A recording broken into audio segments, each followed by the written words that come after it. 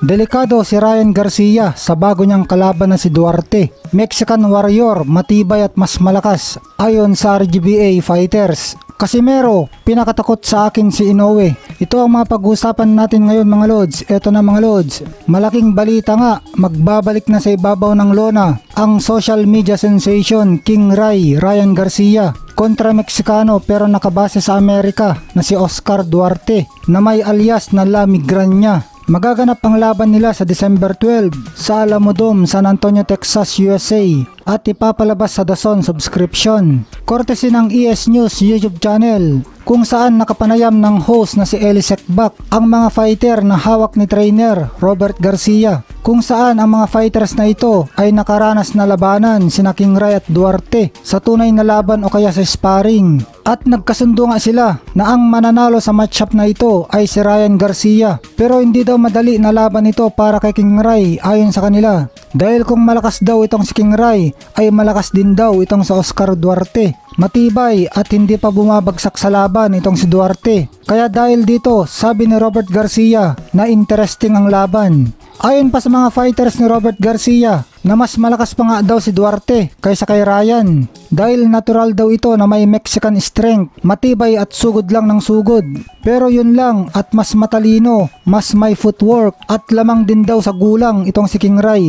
Kaya hula din ng isa ay mananalo si Ryan sa desisyon. Maski hindi mga kilala ang nakalaban ni Oscar Duarte. Pero base dito sa mga fighters ni Robert Garcia, kung saan naranasan nilang makipaglaban kina Ryan at Duarte, ay delikado at mahihirapan din si King Ray. Dagdag pa itong record ni Duarte ay malakas nga siya dahil 11 diretso sa huling laban niya, ninockout niya lahat kalaban niya. Ganado naman si King Ray sa kanyang pagbabalik sa pagkikipaglaban. Inanunsyo niya na lalabanan nga niya si Oscar Duarte sa December 2. Magbabalik daw siya na mas malakas kaysa dati. Pinili daw niya si Duarte dahil maganda ito para sa mga fans, dahil matibay at mahirap kalaban si Duarte. At handa daw si King Ray na magbigay ng magandang palabas para sa mga fans. Ayon naman kay Oscar Duarte na masaya siya at ganado rin dahil makakalaban niya si Ryan Garcia. Ito daw ay opportunity of a lifetime para sa kanya. Pinasalamatan niya ang Golden Boy Promotion at pinasalamatan din niya ang pagsuporta ng kanyang buong team. Asahan daw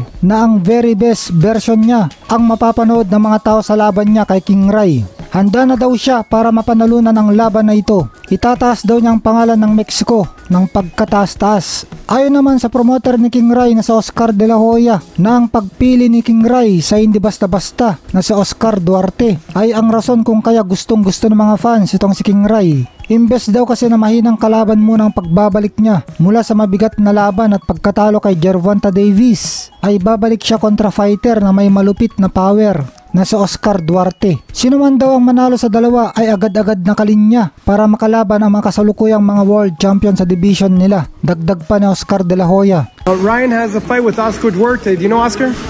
Yes. You have a spar him? Fight him? I sparred him a while back. You fought Ryan and you sparred him, so break down the fight. Who is harder? I mean, they're both strong, man. I think Ryan's gonna just be quick, and he has that nice left hook, man. I see Ryan winning out. Right? So break down the fight. You know both of them. Who wins and why? Who has faster hands? Ryan. Who hits harder? I believe Duarte. Why? Ryan hits very hard. I think Duarte he has that natural Mexican strength. Okay. Better footwork. You think Duarte hits harder? Samantala, iniengganyo na ni dating 3 Division World Champion John Riel Cuadralas Casimero ang kanyang mga fans na tumalpak na para sa nalalapit niyang laban. 8 araw na lang, October 12 sa Ariake Arena, Tokyo, Japan, kontra sa Hapones na dating World Super Bantamweight Champion Yukinori Oguni. Handang-handa na kasi sa laban si Cuadralas, kaya nagpapatalpak na siya. Nasa 100% na daw siya ayon sa kanyang brother coach na si Kuya Lods Jason Casimero.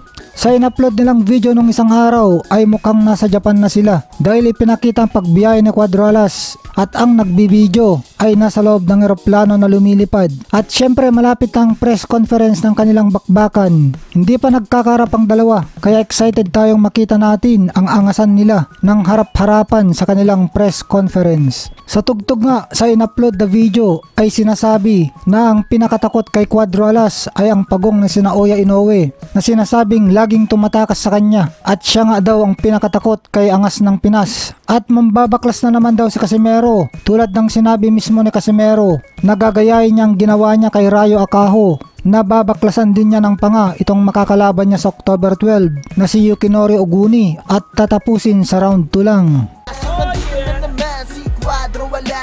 Meron na naman pang magbabaklasin. Meron na naman pang natatakas. Ang pinakatakot sa angas ng Pinoy.